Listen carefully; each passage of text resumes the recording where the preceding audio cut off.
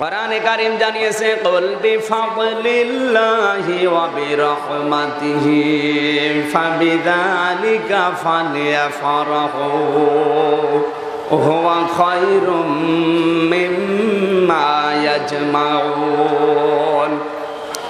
সূরা ইউনূসের ৫৮ নম্বর আয়াতে আল্লাহ জানিয়েছেন তাম পৃথিবী যা পেয়েছে, পৃথিবীর মানুষেরা যা গেইন করে, যা অ্যাচিভ করে, যা অর্জন করে আনন্দে আছে, সব কিছুর তুলনায় আমি আল্লাহর কাছে কোরআনে কারীম শ্রেষ্ঠ সম্পদ। পৃথিবীর মানুষ যা অর্জন করেছে এগুলো আজ আছে কাল নেই। কথা বলেন না কেন? আমি চিন্তা করে দেখেছি পৃথিবীতে সবচাইতে বেশি মানুষের জন্য গুরুত্বপূর্ণ জিনিস তার হায়াত।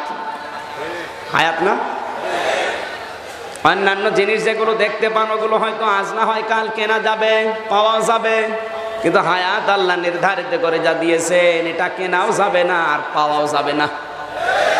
এই জন্য মানুষ বলে মানুষের বয়স বাড়ে না, মানুষের বয়স কমে। আপনাকে আল্লাহ নির্ধারিত একটা সময় দিয়ে দুনিয়ায় এই জীবনে পাঠিয়েছেন।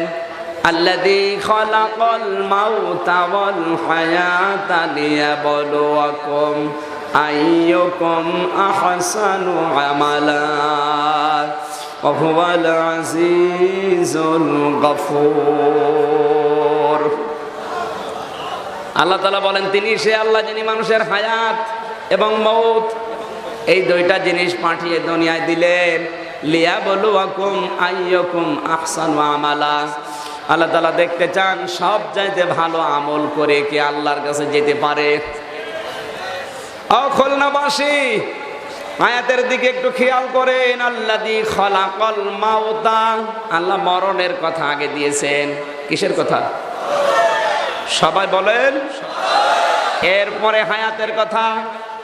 এই আয়াত দিয়ে আল্লাহ শিক্ষা দিতে চান হে পৃথিবীর মানুষ যত উপরে ওঠো না কেন এই চিন্তা করবা যে তোমার মরা লাগবে।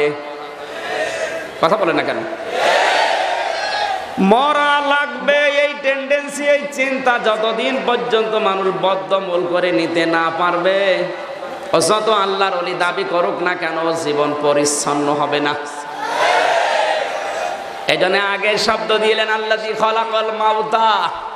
এটা যদি কারো ভেতরে ফিট হয় যে আমার তো মরা লাগবে, ওর জীবন চেঞ্জ হয়ে যাবে। কথা বলে না কেন? এরপরে দিয়েছেন হায়াত। এই হায়াত আবার ৫ প্রকার। আমরা রূহের একটা হায়াতে ছিলাম, ওখানে নির্ধারিত সময় পার করে আলমে প্রথমে আসলাম মায়ের পেটের জগতে, ওইটার একটা নির্ধারিত সময় পার করেছি। ৩ নম্বরে সময় পার করছি এখন দুনিয়ার এই আলমে দুনিয়া। এখানে আমার আল্লাহ কাউকে ৫০, ৬০, ৭০, ৮০ বিভিন্ন মেয়াদে তাকে হায়াত বাড়িয়ে বাড়িয়ে দিয়েছেন। নির্ধারিত হায়াত দিয়ে যখন পাঠালেন এর পরবর্তীতে আরেকটা হায়াত আছে, তার নাম আলমে বারজাখ, কবরের জগৎ। এরপরে আরেকটা জগতে আল্লাহ তুলবে সর্বশেষ, তার নাম আলমে আখেরাত, আখেরাতের জগৎ। ৫ প্রকার হায়াতে আমরা 2টা অলরেডি পার করে ফেলেছি। আলমে আরওয়াহ, আলমে বুতুন, রূহের জগৎ আর মায়ের পেটের জগৎ শেষ। আমাদের সামনে আছে আর কবরের জগৎ আর আখেরাতের জগৎ। মাঝখানে আলমে দুনিয়া, এই মাঝখানেরটা এখন আমরা আছি। কথা বলেন না কেন? সুতরাং আমাদের উচিত হবে সামনে 2টা, পেছনে 2টা, মাঝখানে আছে। পেছনের 2টায় কি হয়েছে আমরা জানি না, সামনে 2টায় কি হবে তাও জানি না। সামনের এই 2টা জগতে নির্ভর করছে আপনি ভালো থাকবেন না মন্দ থাকবেন আপনার এই 60 বছরের জীবনে।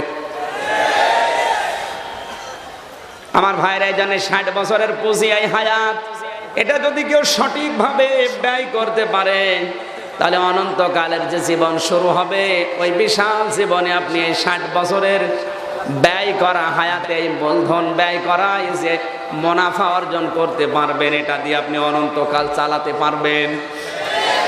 এই ময়দানে এখন যদি একটা সাপ আসে, বিষধর সাপ, কি সাপ? মনে করেন গোখরা সাপ, এই পাশ দিয়ে যদি ওঠে এখানে যারা আছে কেউ থাকবে? আসতে বলো।